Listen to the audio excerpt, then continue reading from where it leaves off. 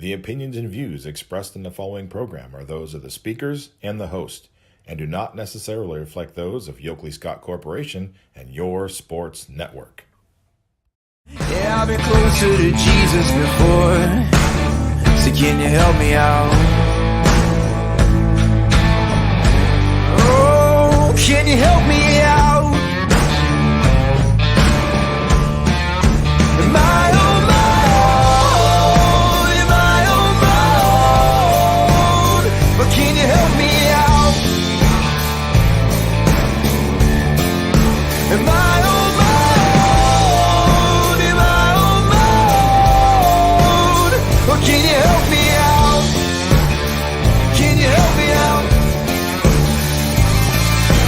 I've been scared to look in my soul.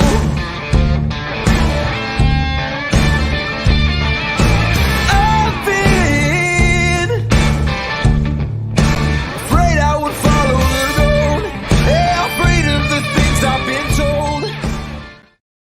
And hello, party people, and then people of Earth and everybody else out there, whether you're extraterrestrial or not. We thank you for coming into Ysn's Running Point on a Wednesday episode brought to you by Greenwood Chevrolet in Austin Town. Scotty, you never know. There might be some people outside of Earth that are watching. You know? Yeah, You can't ever be too careful about that thing. You don't want to. that's true. You never know. I mean, I've always believed in either in extraterrestrial. So Those never- true Plutonians out there need to hear us, you know? yeah, But anyway, this is the Wednesday episode of Running Point. We have a good one for you. Me and Scotty are going to do what we always do and talk about whatever's on Scotty's mind. That's a dangerous voyage, as it always is. We have Matt Reel, the head coach of the Canfield girls basketball team, coming on at 1:30 to be a part of the show. So we'll interview him, preview their season as they went all the way to the regional finals last year. We'll see if Canfield can repeat that success this season on the girls' side of basketball. Scotty, how are we doing today? I'm good. I was talking to you a little bit off the air, and I'm feeling pretty good today. A little different doing it from home. It might be this way for a little while, but I'm ready to go today. Man, Scotty, wherever you do it from, we're happy you're on the show. Man, I asked you before the show. I know we don't dip too much into national sports, but your buddy, your quarterback is out for the season. I mean, how are you handling this news? Yeah, at first it was kind of just like, and it's still at that point where it's like almost doesn't feel real to me in a way, as weird as that sounds, because he already had the shoulder injury for so long anyway. But I was just like, I went to bed and I was reading last night, and they said Watson's still waiting on results from the MRI, and Mary Kay Cabot, who's been a very credible reporter, reported that basically he's playing unless his ankle's broken or a ligament's falling off.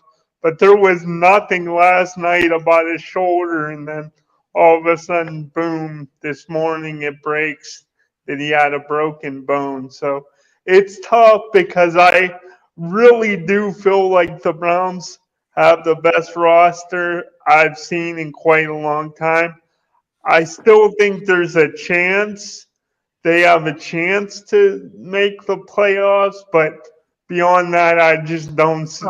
Scott, I think making the playoffs is actually even better than a chance. I mean, you're in the point now with they're 6-3, right? Yeah. 6-3 through 9 games. I mean, you're at the point where unless they implode, which is possible, but like I think the odds are more in the favor of at least making the playoffs and not, because it would just take, you've set yourselves up to the point where they would take an implosion kind of thing to derail a playoff berth for the Browns. So their defense is really good. Hopefully they can get a quarterback in there that just doesn't lose them games. I think that's what they have to do at this point.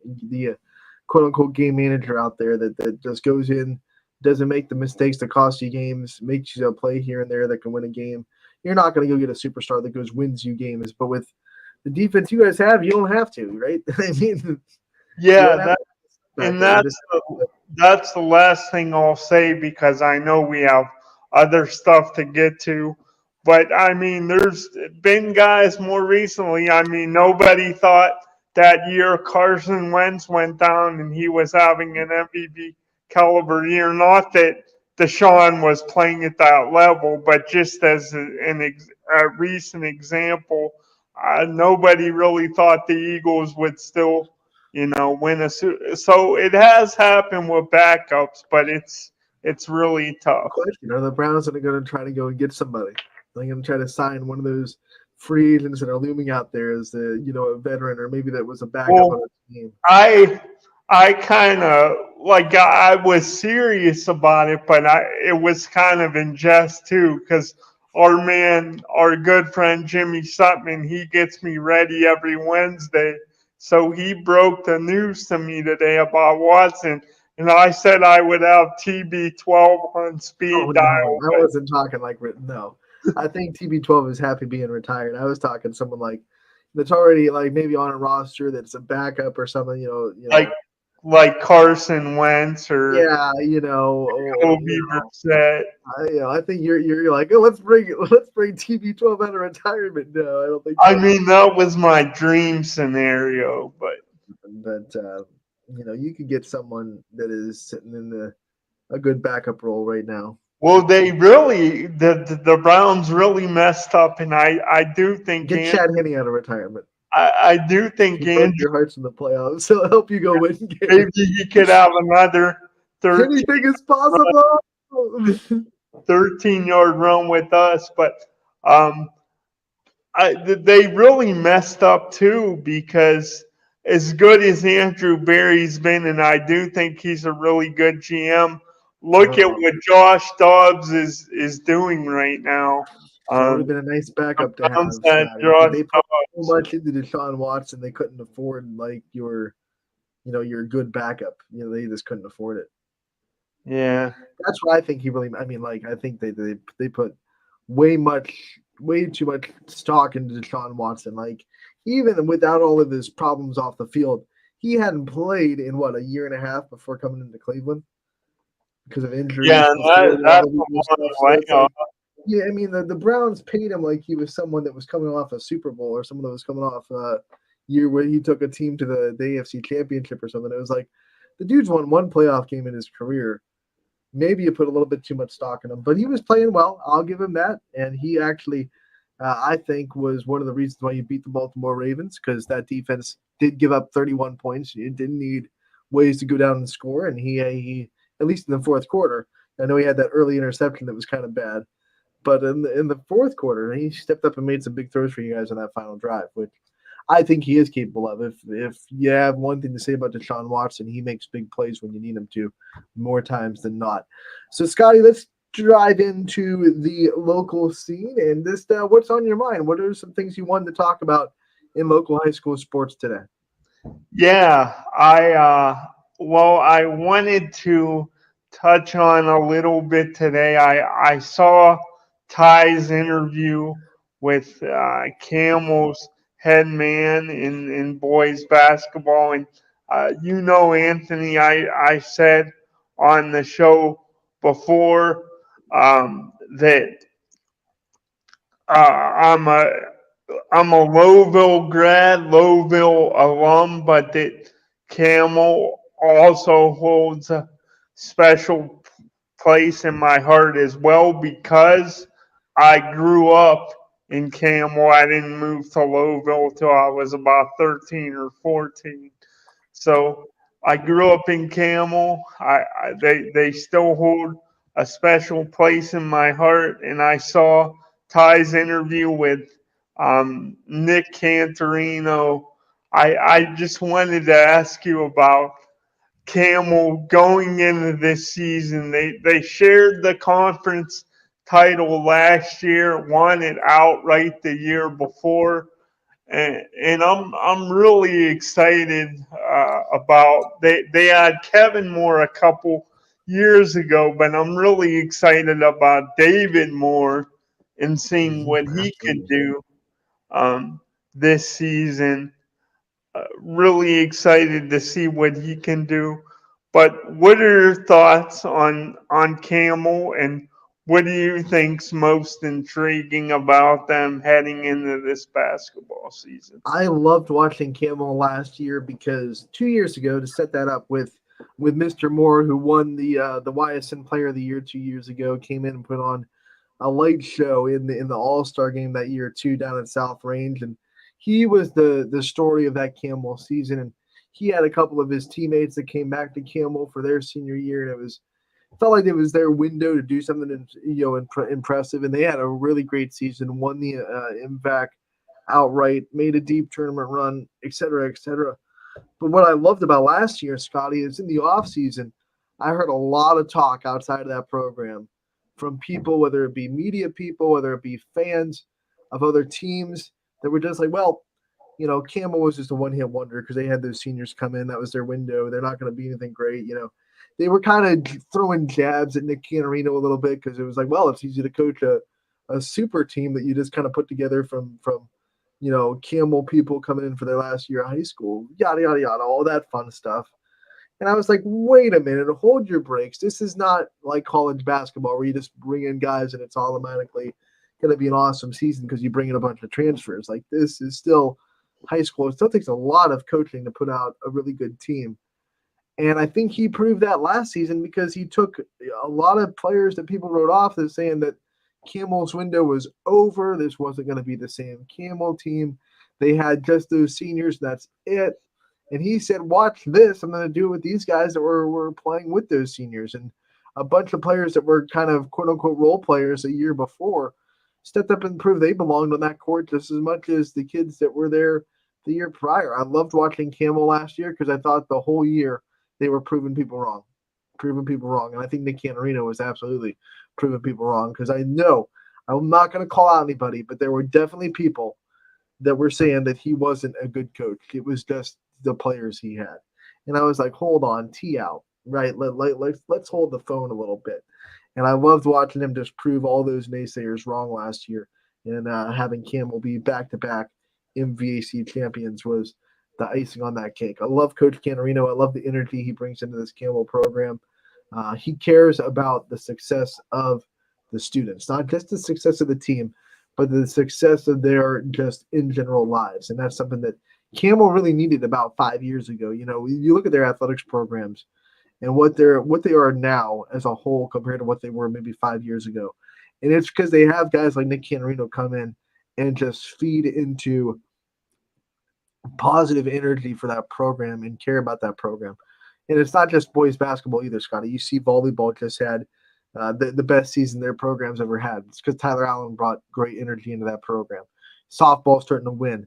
Baseball's starting to win. You see people bringing energy into Camel and putting out winning programs. And Nick Canarino is one of those guys. So I think they're in good shape. They're in really good shape. I think he proved a lot of naysayers wrong last year. I don't hear nearly as much of that talk this year because I think he kind of shut some people up, which I love. I love it when the underdog gets to shut his haters up. I love those stories. Yeah, and you said about some people complaining that he only did Right. it It because was, I know those guys came back to Camel to do something special, and they absolutely did. That was their home. They came back to their home. They did something really special. But a lot of people were like, well, yeah, okay, but that was the only reason they were successful. And Nick Canarino was like, time out. That wasn't the only reason we were successful. We were a program. We weren't just those guys. And he proved that last year, which I really, really liked. And I think part of that, and I'm not saying, it justifies, it's a reason to justify them having that take, because I always thought that was a bad take for, certain fans to have. But let's be real, Anthony, and I know fan is short for fanatic, so Yeah, that's true. there's always going to be people that they have takes that seem quite a bit upstream extreme, and there's not much there's not really much, they're just going off their emotions, and it's just kind of gung-ho. There's not really much, there's only a certain amount of credibility to it.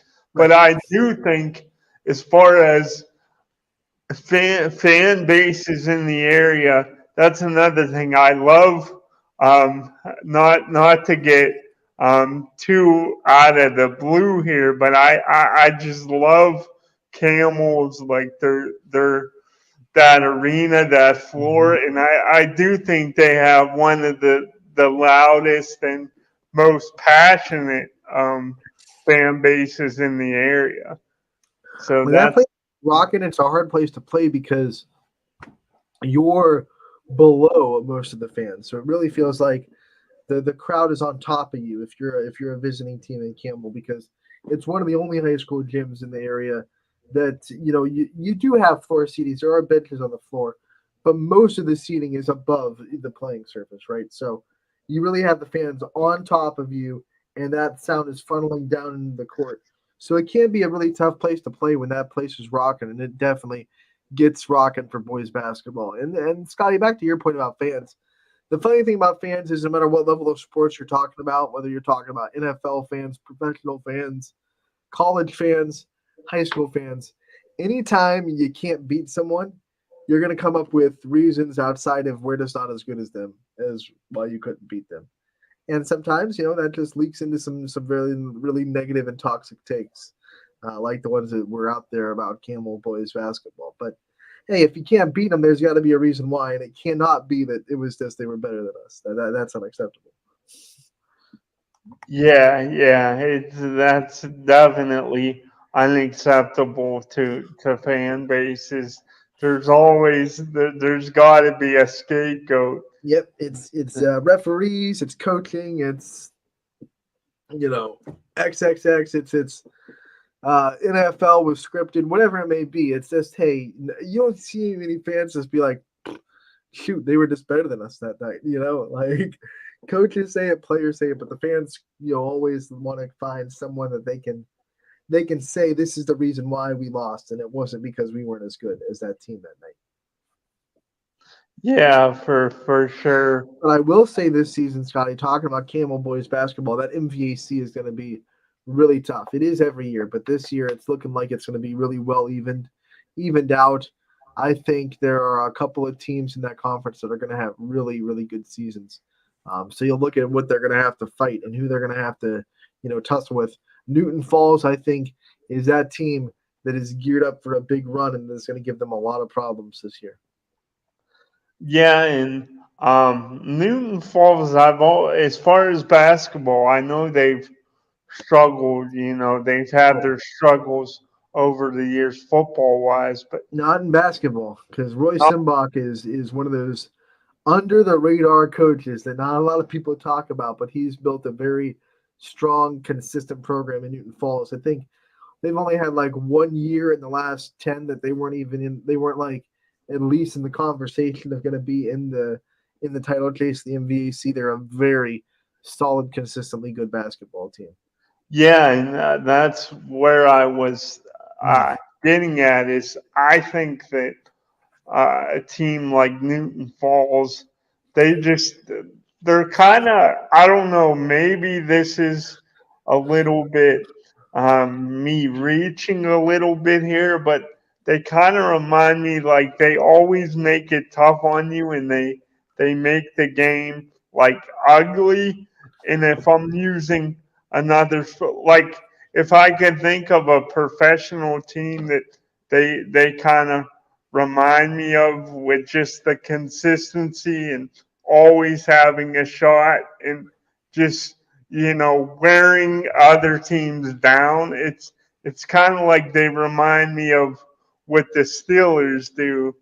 As much as as I despise the Steelers, but they're like, to me, they're kind of like the high school basketball version of that. They're always gonna play you tough and be in the game. And from what I've seen, they rarely beat themselves. That's because Coach Simbach has a standard, and like Steelers head coach Mike Tomlin likes to say, the standard Yeah, is the standard. the standard is a standard. And we'll pull that out. We'll pull that Steelers quote out for you right there. But yeah, Newton Falls going to have a great season.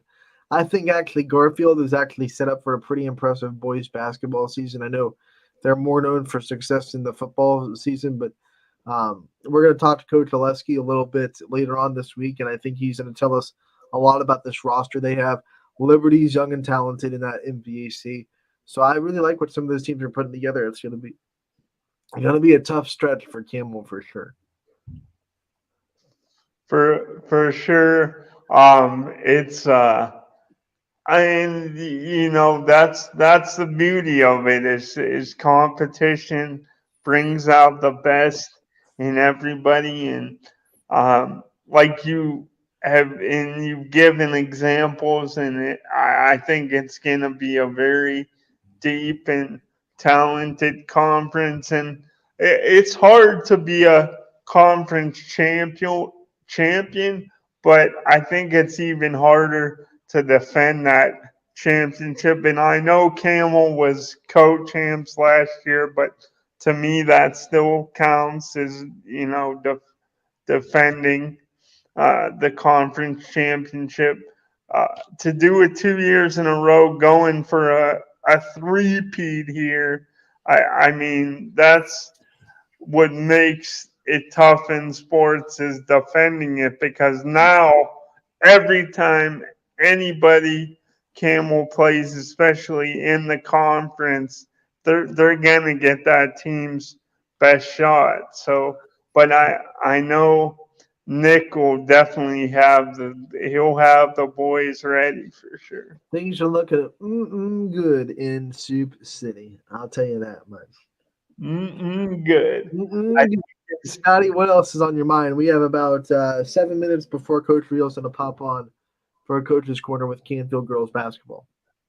Okay, so 7 minutes here. I wanted to ask you about real quickly here. I don't think many people, at least as far as the people I talked to, had Struthers in football. I'm talking about winning that game last week against Minor Lake Catholic, and not only did they win the game, but they won it in thrilling fashion.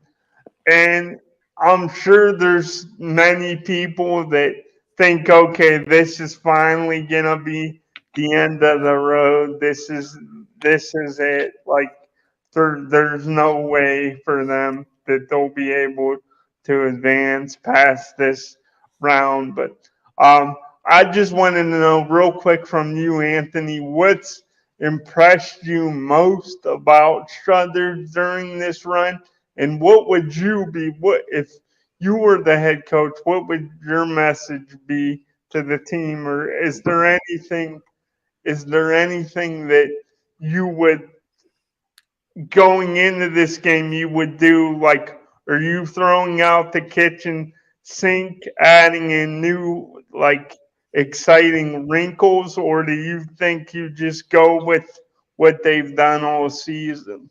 I'll tell you what, Scotty, we'll hold on to that thought. We'll answer that in a little bit, but we have a very special guest coming on with us here on Running Point. It is Matt Reel, the head coach of the Canfield girls basketball team.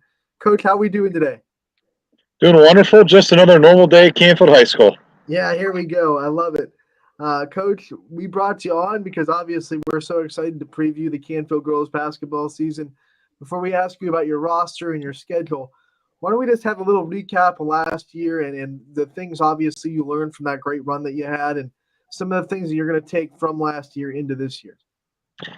It was a really special year. You know, it was a team that finished the year with the second most wins in team history with 25. We had two other teams that had a 26-win season. So it was a really special year. It was a great group of girls to work with, and it was just a really fun ride. And what we're trying to take with it this year is I think the biggest thing we can take is that some of our younger players were able to, see what's possible.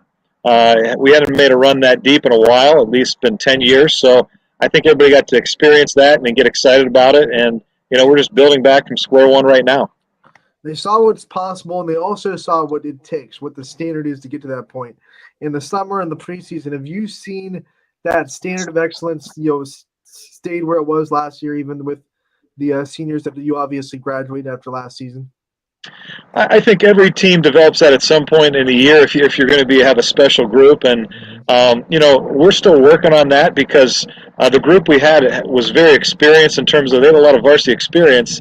Our group this year doesn't have as much, and our scrimmage schedule has been very challenging. And last night we went up to Solon and probably played the best we have in any of our scrimmages so far, which was really encouraging. But we think that our players are ready for that, but they all kind of developed that at the certain time. And what made last year's group so special was they just craved coaching. They didn't want to be just average, and they really wanted to be pushed. And every team kind of develops at their own pace. So we're still working on that this year.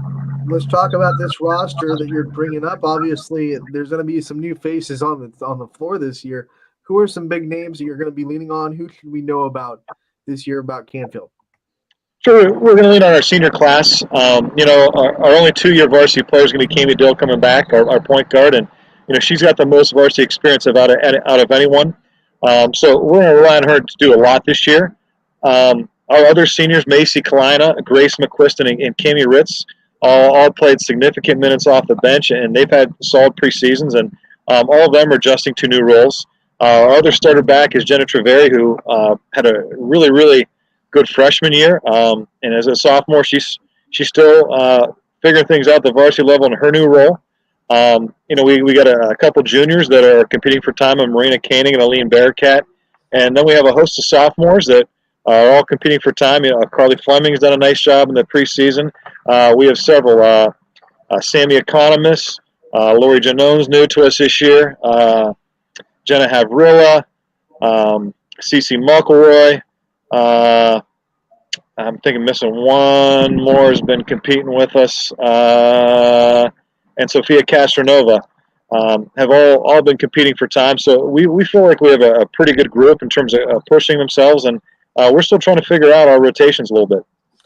You look at some of those players you mentioned, and they've been on successful teams in the last 365 days since the last basketball season, whether they were on the softball team that went to the state finals or maybe the soccer team that had undefeated season.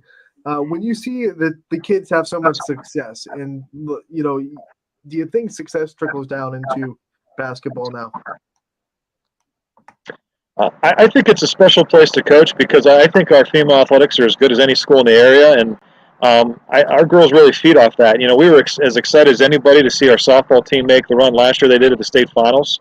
We had several players play that, and I think that winning breeds winning. Same thing with our soccer this year. They had a sensational season, and I think programs feed off that, and we love the fact that we have girls playing those sports too. And I think anytime you get a chance to be in those competitive situations, it's going to serve you well for our sport also. All right, Coach, let's talk about your schedule. We'll start with the conference inside that AAC. Going to be a tough one like it is every year. What do you expect out of the conference this year? What can we see out of it? I think probably the team with the most returners is probably Austintown Fitch. They've had a group that's been together the most. They're a very athletic group and a very talented group, and I know Dan's going to do a great job with them. Howland is one of our always big rivals, and they have everybody back also, and I think they're going to have a really nice squad. Warren Harding, I know Frank played a lot of younger players, very athletic group last year, and they're going to be a handful. And Coach Hamilton and Boardman, it seems like every time we play Boardman over there and at home, it's just a dogfight because he gets those girls to play exceptionally hard. So I think it's going to be one of those years where I'd be shocked if somebody went through that league undefeated. We obviously hope we're going to be able to do that, but I think it's going to be a really, really difficult league schedule for all the teams. It's a tough conference, but it's a smaller one. So you also have a lot of opportunities to go outside of it and test yourselves a lot in the non-conference. There's some teams this year that pop up on your schedule that you're really excited to go in and test yourself against.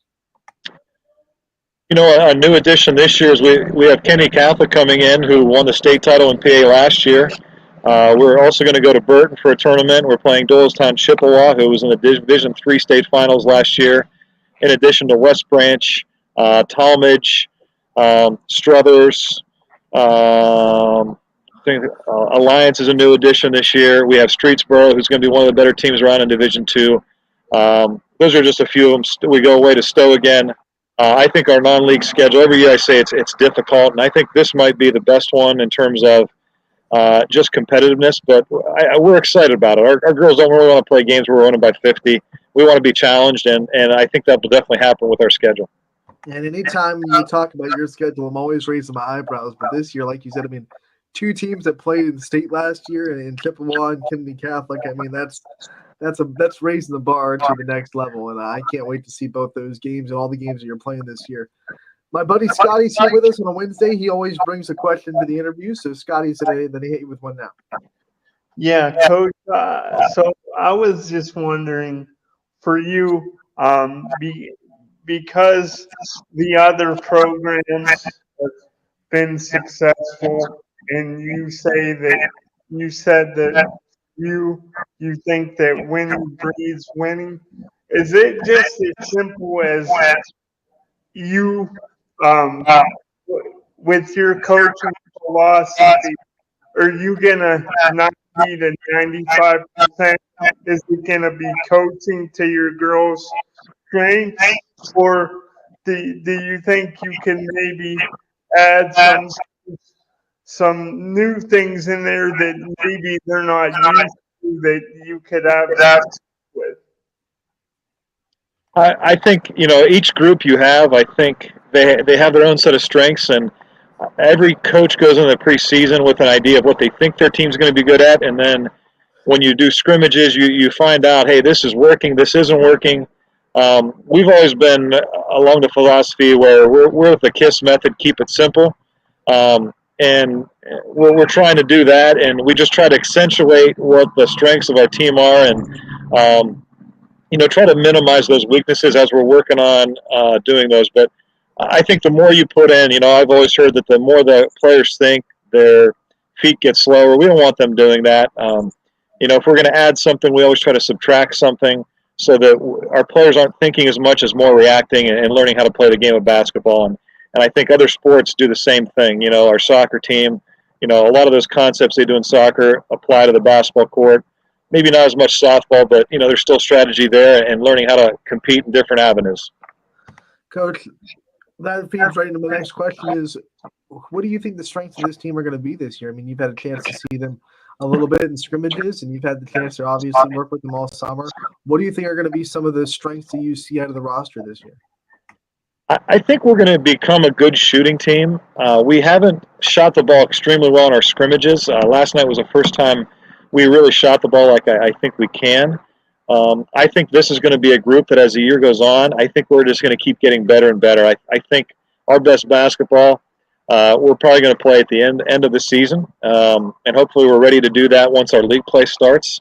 I think they're going to be a team. It's a hard-working team. They're a fun group, and they're a coachable group. And I think when you have that, you have a chance to be pretty good. And I think we're eventually going to become a better defensive team than when they are. That's one of the things we really pride ourselves on, and we're getting a lot better at that. But we better be good at defense, and we better become a better rebounding team. But I think our shooting is going to – we need to make outside shots because we don't have a great inside presence as a traditional post. So we need to make some shots to beat those teams. You were definitely a great shooting team last year. We hope that trend continues because that's always fun to watch. Coach, I wanted to give you the chance to shine a light on your coaching staff. We know that the head coaches get the interviews, of course, but you have a lot of great people behind you helping you make this program what you want it to be. So I want to give you another chance this year to take a light and shine on your coaching staff. Sure, I appreciate that. I think it all starts, we're pretty blessed. We have parents in our youth program that do a great job just preparing our young ladies for 7th and 8th grade basketball. Our 7th grade coach is Mike Merritt. He's been doing it about 20 years. And our 8th grade coach is Jim Harmon, and he's been doing it just as long. And those are two gentlemen down there at the middle school that I always know that their girls are getting coached, and they're doing what we want, and they're going to do things that are going to carry them. And our girls come knowing what they need to know at the varsity level. Our JV coach is going to be Krista Nesbitt this year, and she's also our volleyball coach. And if you know Krista, she's always got boundless energy, and she's always a positive impact, and she's a really good young coach. Our kind of toggling between the JV and our varsity assistant is Coach Pat Pavlansky, and he coached the team for 19 years as a varsity coach before I took over from him. And I think he loves his role as assistant, and for whatever reason, we work really well together, and I think we complement each other well. And he does a lot of behind-the-scenes work in the summertime, and just doing things that take some things off my plate. And I couldn't be more thrilled with our coaching staff. Everybody needs a Pavlansky on staff. There's a lot of them throughout the area, so everyone needs one, right? Sure. Coach, I want to give you also the question that we've been giving all the coaches this year in our season previews. It's about the love of the sport. We all love it, whether we're broadcasting it, playing it, or coaching it. We love the sport of basketball. When did you start to love the sport of basketball? What's your journey look like into feeding this passion for the sport? My story kind of starts, I grew up on a family farm, and when I was old enough to pick up a ball, my dad put in a basketball hoop with my grandfather, and I quickly found out if I was shooting the basketball, I didn't have to do as many chores on the farm. So to be honest, for me, it was getting out of work a little bit, but I just always had a love of the game. And I can remember when I was younger, I would shovel off the driveway because we had a gravel driveway, and in the wintertime, I'd be shooting in the snow and have two balls, and you'd keep one warm, and then if you couldn't do that, it was too wet outside, I'd be shooting a Nerf hoop in the basement. And it was just something I love the game because it's so fast. You have to play offense and defense. I think you have to be a really good athlete to play it. I obviously wasn't a really good athlete playing it, but I really love the sport, and I think that's where it developed. And my dad would always come and rebound for me when he wasn't plowing the fields or making me do it. We'd play 2-on-2 games, 3-on-3 games, and it was just always a fun way to spend the summers doing that. So that's kind of where my love started. It was kind of an odd way to start it that way, but that's just the way it worked out. And I think through that, I started developing a love of the game, and just you can always do something better in it. Do you ever tell any of your players, hey, if you stay for a little bit and take more shots, you won't have to do chores at home? Well, I'm not going to speak for their parents, but my dad never told me that. But I quickly realized that growing up that was a good thing to do, and I became a pretty good shooter because of it, I think. Coach, we want to shout out your first game for the Canfield community before we let you go. We play next Wednesday night, the night before Thanksgiving. We go over to Struthers and get a chance to play in that wonderful facility known as the Struthers Fieldhouse. So we're excited. We have one more scrimmage this Saturday to get ourselves ready, and we're really excited to go see Coach Ritz and the Lady Wildcats over there. First official day of the season, and Canfield's on the floor. No surprise there, Coach. We will see you out there on the 22nd at Struthers. We can't wait for the season to start. Obviously, wish you the best of luck, and we can't wait to talk to you real soon. Thanks for having me. Have a good day, Anthony and Scotty. You too, Matt. Thank you, Coach. All right, Coach Matt Reel from Canfield. They went to the regional finals last year. Yes, they did graduate a lot of really talented seniors, but a good group of kids coming back, and the standard of excellence is definitely there for the Canfield girls sports program, Scotty. Yeah, for sure. And it's just very exciting to see what they're able to do. And as he put it, I mean, winning breeds winning. So they just have that winning culture there. So I'm since the end of the basketball season last year, the regional finals, they've had a state runner-up softball team, an undefeated AAC championship girls soccer team that went to the regionals. So they've had a lot of success in that girls program since the end of the basketball season. And then if you include basketball in that, you look at what they've done since, just in the last calendar year in girls sports at Canfield. It's really quite remarkable what they've been able to do down there as the Cardinals. So looking for that to continue this year. Matt Reel is a great coach, of course. I met him, Scotty, when he coached at South Range girls coach when my freshman year of high school. So me and Coach Reel go way back, and I love talking to him for sure. We're going to take a break, and when we come back, we'll have more of Running Point brought to you, as always, by Greenwood Chevrolet in Austintown. Don't go anywhere. Back in a bit.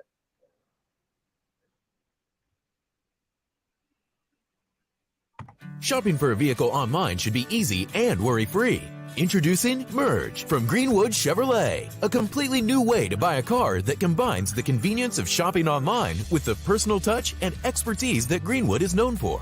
With Merge, shopping is as easy as 1, 2, 3. Choose a vehicle from our pre-owned inventory, build a deal that fits your needs, and finalize the deal with our online buying team. That's car buying in a new lane. Visit greenwoodchevrolet.com and let us go the extra mile for you. As Comco celebrated 70 years in 2022, we have much to be thankful for. We are proud of the Comco culture as we serve our customers with Comco Care with our premier customer service, quality parts, and on-time delivery. The partnerships we have with our customers and our community are second to none. We thank you for your continued support. We are proud to be part of this community and will continue to offer great jobs for great people. Change. This one word can make you break out in a cold sweat. But with change comes wisdom, experience, and understanding. At Myers Family Insurance, we can help make changes in Medicare, insurance, and retirement a positive experience for you and your family. We've gone through changes, like our new office and new faces to help our family of clients too. For all your Medicare needs, call Myers Family Insurance. Check us out online at myersfamilyins.com or find us on Facebook.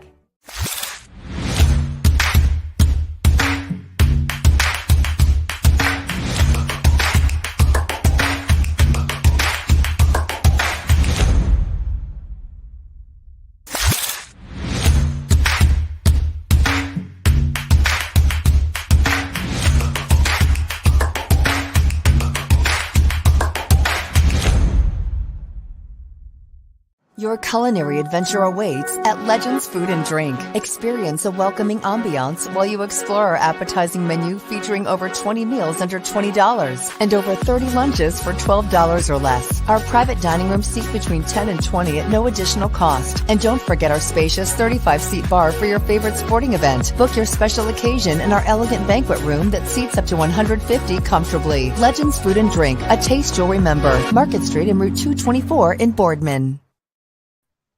Welcome back to Running Point on ysnlive.com, brought to you as always by our good friends over at Greenwood Chevrolet in Austintown, right there above our heads. Anthony Hartwig, Scotty Mincher with you on a wonderful Wednesday episode of Running Point. Scotty just had a chance to talk to Coach Reel live on the show. We thank him for his time.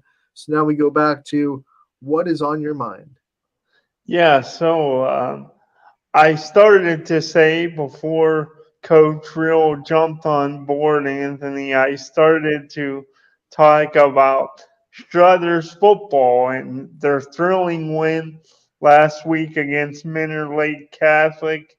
And basically, I just wanted your opinion on what has impressed you the most about Struthers during this run.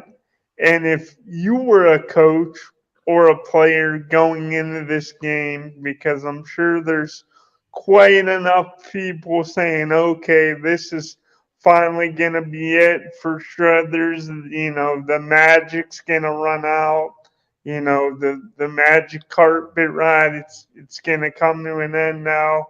So if you were a coach or a player, would you just like more, or do you think Struthers should just go into the game and do what's been working, or do you throw in maybe some extra wrinkles or sort of trick plays this week and stuff like that? I'm going to go with Coach Reel's what he said. Keep it simple, man. You know, you give these kids extra stuff or make them think that this game, you know, we need trick plays to win this game, and that really can feed into why is Coach putting trick plays all of a sudden? Does he not think that we can't win this game without him? Like, it can really feed into unconfidence. So keeping it simple. Struthers has been playing amazing defense this whole playoff run. Don't stop there. Just say, hey, we're going to go play really good defense. We're going to put together a good offensive game plan, score when we can. But we're not going to put the pressure on our offense to go win this game. And that's what they've really been doing a good job of this whole playoffs. I say that because it's ironic, because I say that, and of course the offense went and won the game with a last-second touchdown. to win 28-25. But their defense was able to keep down a team that scores much more than 25 points normally, down to 25 points. Their defense kept them in that game all night. They've been playing well all postseason, all season, really. Struthers' defense has been really good. I think it's the underrated part of Struthers' game because a lot of people like to talk about AC Carter in that run game, which, man, mad props, right? You need to talk about that. But Struthers' defense has just been completely locked down. Scotty, what's the football cliche, right, about defenses? Defense wins championships. Offense. Offense. Don't let me down, Scotty. You know it. Defense wins championships. Offense. Is it offense helps or? Offense sells tickets, man. Offense sells tickets. Defense it. wins championships, right? So that Struthers defense, as cliche as that is, and I know, especially in high school, there have been some offenses that have just gone and won the state championship with unstoppable offenses. So I get that's a cliche, and it makes people eye roll. Even me, I hate cliches. But at the same time, Struthers this year has been playing really, really amazing defense. They're going to need it because this Canton South team, what they just did to West Branch's defense was not fun to watch if you're a West Branch fan. So Struthers are going to have to put their hard hat on, go out there and play solid defense. Their offense is going to have to score when they can. Definitely don't waste opportunities. But the defense is going to have to win this game. The defense is going to have to make sure that the offense doesn't have the pressure to always go and score to win or play a perfect game. Because against Canton South's defense that held West Branch to 21 points, that's going to be a hard thing to do, to just go out there and score with them in a marathon game. So defense going to have to make some stops, going to have to keep them in the game. I love their defense. I love their especially their front. Their front seven so good this year. You saw that in the Poland game. I mean, Poland just could not run the ball because Struthers controlled the line of scrimmage with their linebackers. So I love Struthers' front seven. I love what they're doing. And I think they have a really good chance, despite what people think. I mean, this Canton South team, yes, they beat West Branch pretty thoroughly, but you'll watch that game, and there were some key points of the game that were like just turning points, right? That man, West Branch came this close to making a play.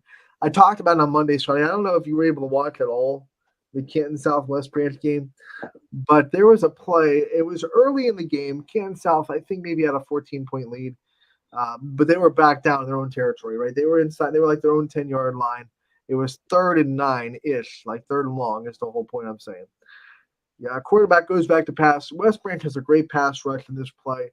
They box him in on both sides, and he just kind of spins out of one tackle, and the West Branch guys hit each other, and he rolls out to his right, finds a guy right at the sticks for the first down. But if he gets sacked there, I can't remember if he was actually in the end zone or if it would have been like a 4th down at the 1-yard line. But, man, does that turn the game around if you give West Branch a short field or a safety in a 14-point game, let them go down there and score and put some pressure on Canton South. Instead, he escapes, gets the first down with a good pass, and then obviously Canton South is going to win that game. Little things like that. And I give the quarterback a lot of credit for getting out of the sack, but at the same time, it's not like the offensive line kept them clean, right? It's not like it was a pristine pocket all night. Their quarterback was just really good at kind of getting out of the little situations like that. So don't let them get slippery. Don't let them break contain. Struthers has done a really good job at that, and I do think Struthers has a really good chance because their defense has been playing so well. Yeah, and it's like we talked about with just being able to stay in the game, like Newton Falls basketball, like they just stay in it, And the thing is, the pressure is going to be on Canton South. They're the 1 seed, so if you keep sticking close to them, you keep making it a close game, they start to feel it a little bit. They start to sweat even more and more. Fourth quarter, it's a 7-point game. Canton South, man, they're being told all week, man, you got lucky. This 6th seed got an upset. You're going to walk into the state tournament, right? This is your game. You just beat West Branch. There's no reason you can't go beat Struthers. That's what they're being told all week. That's what they're being fed. This is an upset. This is a team that doesn't deserve to be here. This is a team that you should beat. They're being fed that. And the Wildcats, they like to eat, right? So they're being fed all that info, all that stuff about Struthers. And if that starts to sink into their head in the fourth quarter, 3-point game, 7-point game, they start to think, man, we should be beating this team by 28. We've been told that all week. Then they start to get tight, and they start to make mistakes. And then that's when Struthers can leak in there and steal a win. So keep it close, put the pressure on the 1 seed. That's how you win a game. That's how you get an upset in the playoffs. Yeah, it's definitely going to be something to it's definitely going to be really riveting for sure. Scotty, while we're talking about that, the state playoff pairings have been announced, so we know who's lined up with our teams in state. Hope and Walsh Jesuit, Hope and playing Walsh Jesuit. The winner of that game is going to play the winner of Avon and Medina Highland. So that's set up. Ursuline versus Chardon. The winner of that game going to play Toledo Central Catholic, and Tiffin Columbian, the winner of that game. Struthers versus Canton South. The winner of that game is going to play the winner of Sandusky Perkins and Glenville. And then South Range Perry, the winner of that game, going to be matched up with Harvest Prepped and Wheelersburg, the winner of that game. So you got the pairing set up for the state, so we know who we're going to play if we win, and it should be a fun thing on Friday. Yeah, I guess real quick before we have to, I know you got a busy rest of the afternoon. We only got a couple minutes left, but real quick, what do you think the biggest thing for your Raiders in their defense of a state title? What do you think, Perry, as far as the biggest challenge? What's going to be the biggest thing I think I would tell the Raiders is find a way to get off to a good start. Like, they've won all their games, but Scotty, if you're going to nitpick and say something that they haven't done well, none of their playoff games have been off to a good start. They had a turnover in their first drives of the first 2 playoff games.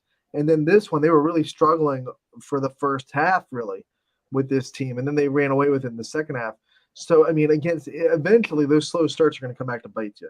Better teams you play that can take advantage of a slow start. You don't want Perry to jump on you and be down 21-0. So you got to find a way to get off to a faster start than you have been. That's the one thing I'll say about South Range going into the playoffs. And I think, it's like one of those things, like I heard somebody say this before, if like you do it, if you have a dangerous job, there's always kind of that chance, like something could go wrong. And I think it's much better to learn in a win than it is in a loss, obviously. So they're still winning. Oh, yeah. And they've made fantastic adjustments. But the thing is, like Scotty and I said it, eventually you're going to play a team that can take that slow start and jump on you 21-0 instead of just turning you over once or maybe tying the game with you at 7 or going into a 1-point game and a half, something like that. But you'll hit a team that if you come out slow, they'll take full advantage of that and they'll go up, 14, 17, 21-0. And then you're going to be looking at a big hole to come back from, which is hard to do against really good football teams. So I want to see South Range get off to a really good start. I want to see them, score in their first possession, get a defensive stop, things like that. Because they've just been struggling in the first quarter so far in the playoffs. Yeah, and it's tough to, South Range. They're lucky that there's an adage that it's not about how you start, it's about how you finish, because they have been finishing really, really well. Yeah, but you would think, like we've been saying, eventually. Sometimes it is about how you start, though. Let's be honest. In sports, sometimes that first quarter can put you into a really bad spot. Yeah. Or it could put you in a driver's seat, and all you have to do the rest of the game. You have to finish. You always have to finish, but at the same time, it's like, man, in the regional finals, you don't want to find yourself down 17-0 or something like that. Yeah, because it's one thing if it's regular season, but all these teams now at this point, you can make an argument for any of these teams. The other thing I would say about South Range, Scotty, and this hasn't been a problem this year. This isn't something that I'm saying because it's been a problem, but we saw what Garfield wasn't able to do against Perry. They were too one-dimensional, and Perry was able to stop the run pretty well.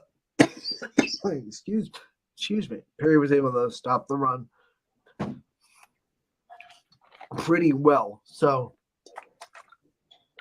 South Range has to make sure they stay balanced on offense and they keep that defense honest. Yeah, and that's something I'm definitely gonna. I think like there's some people that I don't want to say doubted because Sound Range, they've had an elite program for quite some time. Even going back to my days in high school, I thought they were, really exceptional. But I think people thought that, post Dan Yeagley, there was definitely questions, but so far so good for South Range. But they say it a lot in sports. You win a championship, that's one thing, but it's always harder trying to get that second one. And Well, there were when you're definitely not. questions, Scotty. South Range definitely had answers all season long. So they're geared up. We have 4 state, regional finals, I should say. All of them are going to be audio only this week. The OHSA has obtained video rights. So Ursuline versus Chardon, audio only. That's going to be free. Struthers versus Canton South, audio only. It'll be free because of it. South Range versus Perry, audible only, but free because of it. And Hoban versus Walsh, audio only, but free because of it. So that's going to be geared up for Friday. We'll talk more about the matchups on Friday, of course, and we're going to have some fun. Scotty, thank you so much for joining us like you do every week on Wednesdays. We appreciate it. We love your time on the show, and we'll see you next Wednesday. We'll see everybody else tomorrow on Running Point from 1 to 2. Have a good